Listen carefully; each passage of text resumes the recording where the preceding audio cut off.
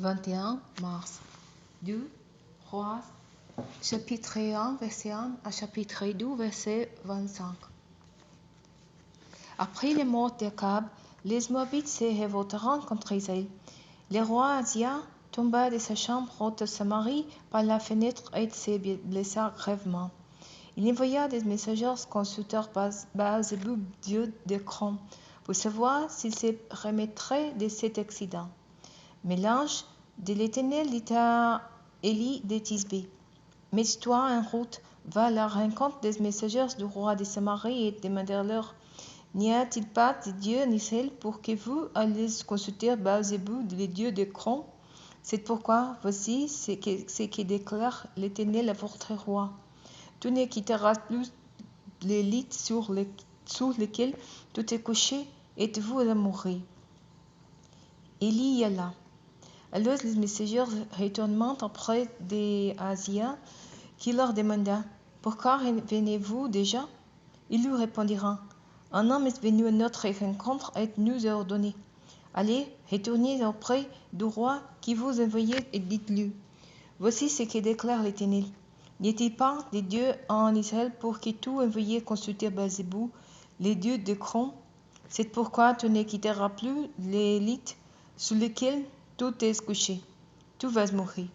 Ahazia lui demanda: Quelle allure avait l'homme qui est venu à votre rencontre et qui vous a transmis ce message?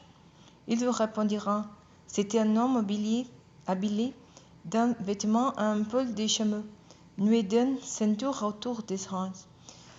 Alors Ahazia dit: C'est Élie de Tisbé.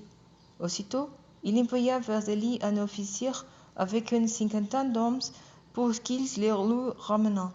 L'officier monta vers Élie, qui se tenait sur le sommet de la montagne. Il lui dit: Homme de Dieu, le roi t'ordonne de descendre. Élie lui répondit: Si je suis un homme de Dieu, que le feu tombe du ciel et qu'il t'effondrera, toi et ta cinquantaine. Aussitôt, la foudre tomba du ciel et consuma l'officier et sa cinquantaine de soldats. Ahazia envoya un autre officier accompagné d'une cinquantaine. Celui-ci dit à Élie: Homme de Dieu, parole du roi, dépêche-toi de descendre. Élie lui répliqua: Si je suis un homme de Dieu, que le feu tombe du ciel et t'effondrera, toi et tes hommes. Aussitôt, la foudre tomba du ciel et consuma l'officier et sa cinquantaine de soldats. Ahazia envoya un troisième officier avec une cinquantaine. Cet officier-ci, après être monté, fléchit des genoux devant Élie et les supplia: Homme de Dieu, je te prie, aie égard à ma fille et à celle de cette cinquantaine d'hommes. Le feu est tombé du ciel et a foudroyé les 12 premiers chefs et leurs cinquantaine. Mais maintenant, aie égard à ma vie. L'ange de l'Éternel dit alors à Élie: Descends avec lui, ne crains rien de sa part. Alors Élie se mit en route pour descendre avec l'officier chez le roi. Lorsqu'il fut arrivé, il lui dit: Voici ce que déclare l'Éternel. Parce que tu as envoyé des messagers pour consulter Baal-Zébub, le dieu d'Écron, comme s'il n'y avait pas de Dieu en Israël qui l'ont poussé consulter, eh bien, tu ne quitteras plus les lits sur lesquels tu t'es couché et tu vas mourir. Ahazia mourut effectivement, comme l'Éternel l'avait annoncé par Élie. Comme il n'avait pas de fils, son frère Joram lui succéda sur le trône, la 12e année de Joram, fils de Josaphat, roi de Juda. Les autres faits et gestes d'Ahazia sont cités dans le livre des Annales des rois d'Israël.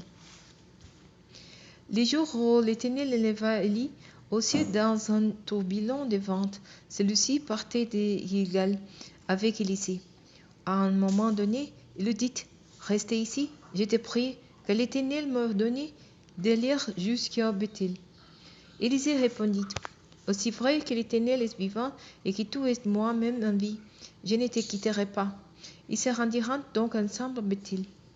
Les disciples des prophètes qui habitaient à Bethel se dirent devant d'Élisée et lui demandèrent: Sais-tu que l'Éternel va élever aujourd'hui ton maître au-dessus de toi? Il leur répondit: Oui, je le sais, moi aussi, mais ne parlez pas de cela. Élie lui dit de nouveau, arrête-toi ici, car l'Éternel m'ordonne d'aller à Jéricho. Il répondit, aussi vrai que l'Éternel est vivant et que tu es toi-même en vie, je ne te quitterai pas. Ils allèrent donc ensemble à Jéricho.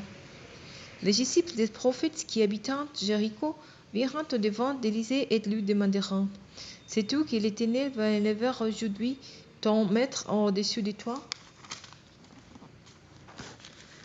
Il répondit, oui, je le sais, moi aussi, mais n'y parlez pas de cela. Il lui dit, reste ici, je te prie, car l'Éternel m'ordonne de me rendre jusqu'au Jourdain. Mais Élisée lui répondit, aussi vrai que l'Éternel est vivant et que tu es toi-même en vie, je ne te quitterai pas. Ils poursuivront donc tous 12 leur chemin. 50 disciples des prophètes les suivront et se posteront en face d'eux à une certaine distance. Lorsqu'ils s'arrêteront au bord du Jourdain, alors Élie éleva son manteau, le roula et en frappa l'eau du fleuve qui s'écarta de part et d'autre, de sorte qu'ils pourront traverser tous deux à sec. Lorsqu'ils auront passé, Élie dit à Élisée, qui voudrais-tu que je fasse pour toi? Demande-le-moi avant que je sois enlevé loin de toi. Élisée répondit, j'aimerais recevoir en deux parts de l'esprit qui réside en toi. Élie répondit, tu as exprimé une demande difficile à satisfaire, mais si tu me vois pendant que je serai élevé d'auprès de toi, cela te sera accordé. Si tu ne me vois pas, il n'en sera rien. Pendant qu'ils continuaient à marcher tout en parlant, un char de feu, tiré par des chevaux de feu, vint en trosse et les sépara l'un de l'autre. Élie fut entraîné au ciel dans un tourbillon de vent. À cette vue, Élisée s'écria, mon père, toi qui étais comme les chars d'Israël et ses équipages. Puis il les perdit de vue. Se cessant alors ses vêtements, il se déchira en deux et ramassa les manteaux qui étaient tombés des épaules d'Élie. Puis il revint sur ses pas et s'arrêta sur la rive du Jourdain. Il prit les manteaux d'Élie et en frappa les eaux du fleuve et s'écria, ô l'Éternel, le Dieu de l'Élie. Ainsi il frappa lui aussi l'eau du fleuve qui s'écarta de part et d'autre. Et il traversa à pied sec. Les disciples des prophètes de Jéricho qui le virent d'en face s'exclamèrent, l'esprit d'Élie repose maintenant sur Élisée. Ils allèrent à sa rencontre et se prosternèrent jusqu'à terre devant lui. Ils lui proposèrent, vois-tu, nous avons avec nous des serviteurs, 50 hommes robustes. Permettent qu'ils allent à la recherche de ton maître. Peut-être l'esprit de l'Éternel n'est-il fait que l'emporter et le jeter sur quelque montagne ou dans quelque ravin. Il répondit, non, ne les envoyez pas. Mais ils insistèrent tant et plus, si bien qu'il leur dit, eh bien, envoyez-les. Ils envoyèrent donc les 50 hommes robustes. Permettent qu'ils allant à la recherche de ton maître. Peut-être l'esprit de l'Éternel n'a-t-il fait que l'emporter et les jeter sur quelque montagne ou dans quelque ravin.